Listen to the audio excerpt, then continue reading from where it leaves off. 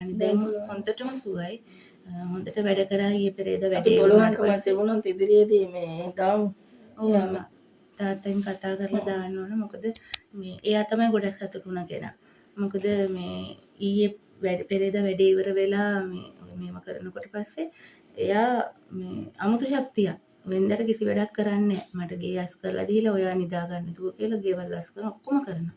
දැන් අද වුණත් මේ යන්න ටක් ගාලා මේ මම බලා ගන්නම් කියන වචනේ කිව්වා මට. දැන් මම බරම හදලා දවස් 2යි අද ඔයාව වැඩකටත් එක්ක කරගෙන ආවා. එහෙමයි මට හරි පුදුම හිතුණා. මොකද සාමාන්‍යයෙන් ගුරුවරයෙක් එහෙම කරලා දෙන්නේ නැහැ. දැන් මෑණියෝ මාව බරම හදලා දවස් 2ක් ගියේ නැහැ. මට අඬ ගහලා එන්න වැඩකට කියපු එක මට හරි ලොකු ශක්තියක්. මේ මගේ පළවෙනි පිටත ගිහිල්ලා කරන වැඩේ.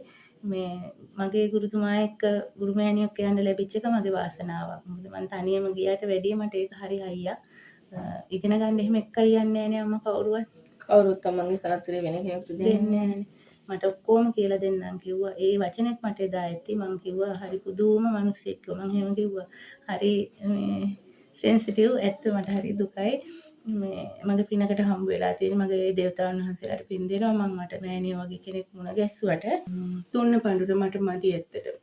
කරපු වැඩේට මොකද අපි 4-5 දෙනාගේම ජීවිත බේරලා දුන්නා. මගේ මහත්තයාගේ ජීවිතේ නැති වුණා නම් මගේ පුතාට බලපාන්න තිබුණ එක. දැන් බය නැහැ. මොනම කරත් මම බය නැහැ ඇත්තටම. එයා ඇවිල්ලා මිනි ඔලුවක් හරි හරක් ඔලුවක් හරි මගේ දොරකට වල්ලා ගියත් මම බය නැහැ. මොකද මම දන්නවා අද මං අහලා ආවේ දේවතා හඳුරන්ගෙන් මං මුකුත් අරස්සාවක් දාන්න ඕනද? නෑ පුතා ඔය තියෙන ඉහළම අරස්සාව දාලා තියෙන මෑණියෝ.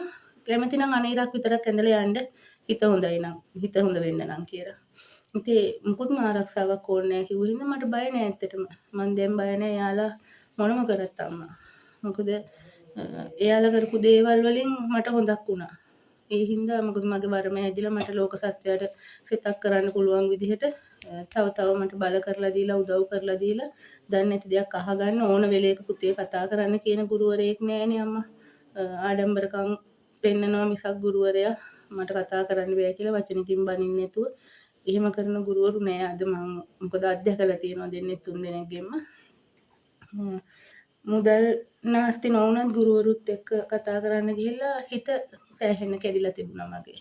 ඉතින් මට හරියනම තැනට ගෙනල්ලා දීලා තියෙනවා දේවතා හාමුදුරුවෝ. උන්වහන්සේලාට පින් සිද්ධ වෙනවා. විශේෂයෙන් මෑණියන්ට පින් සිද්ධ වෙනවා.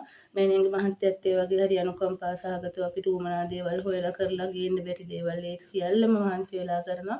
විශේෂ ස්තුතියක් මේ වෙලාවෙත් මටත් මම පුද කරන්න ඕන. ඒ වගේම දිනුෂා මෑණියන්ට